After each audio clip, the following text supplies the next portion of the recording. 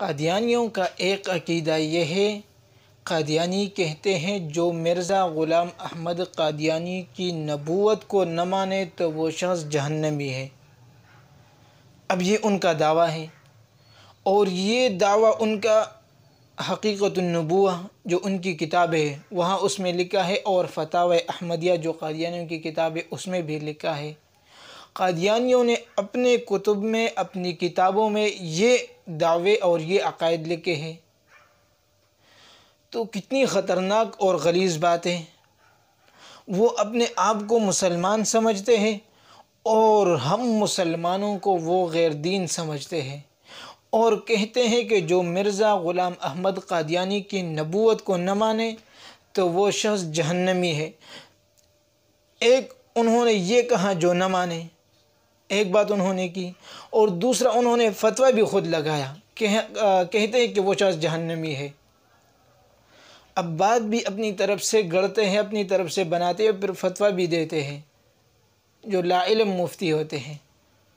تو ہمارے بارے میں ان کا یہ عقیدہ ہے۔ میں مسلمانوں سے کہتا ہوں کہ مسلمانوں، آپ مجھے اس بات کا جواب دے دو کہ جو شخص آپ کے بارے میں اس طرح رویہ رکھتے ہیں اور ان کا عقیدہ آپ کے بارے میں اس طرح ہے، آپ پھر بھی ان کو سپورٹ کرتے ہو، آپ بھی پھر بھی ان کے ساتھ معاملات رکھتے ہو، ان کے ساتھ میل جول رکھتے ہو۔ یوسف لدھیانوی شہید رحمۃ اللہ علیہ نے فرمایا کہ قادیانیوں کے ساتھ کسی قسم کا بھی میل جول رکھنا یہ حرام اور ناجائز ہے، یہ بالکل جائز نہیں ہے۔ ہم مسلمان اپنی غفلت میں اور دنیا کی محبت میں ڈوبے ہوئے ہیں، ہمیں ان کی کوئی فکر نہیں ہے کہ ہمارے بارے میں قادیانیوں کے کیا عقائد ہے، کیا نظریات ہے۔ ہم اپنے کاموں میں لگے ہوئے ہیں، ہم اپنی دنیا میں غافل پڑے ہوئے ہیں، اور وہ ہمارے بارے میں کس طرح عقائد رکھتے ہیں اور کہتے ہیں کہ یہ عقیدہ ہم نے ان کی کتابوں سے دیکھا ہے، ان کی کتابوں میں لکھا ہے کہ جو مرزا غلام احمد قادیانی کو نبی نہ مانے وہ جہنمی ہے۔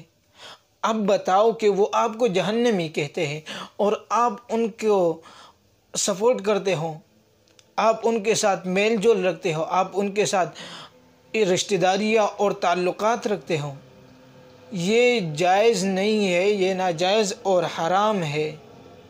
اللہ تبارک و تعالی ہم سب کو قادیانیوں کے فتنے سے، قادیانیوں کے ساتھ تعلقات رکھنے سے محفوظ فرمائے۔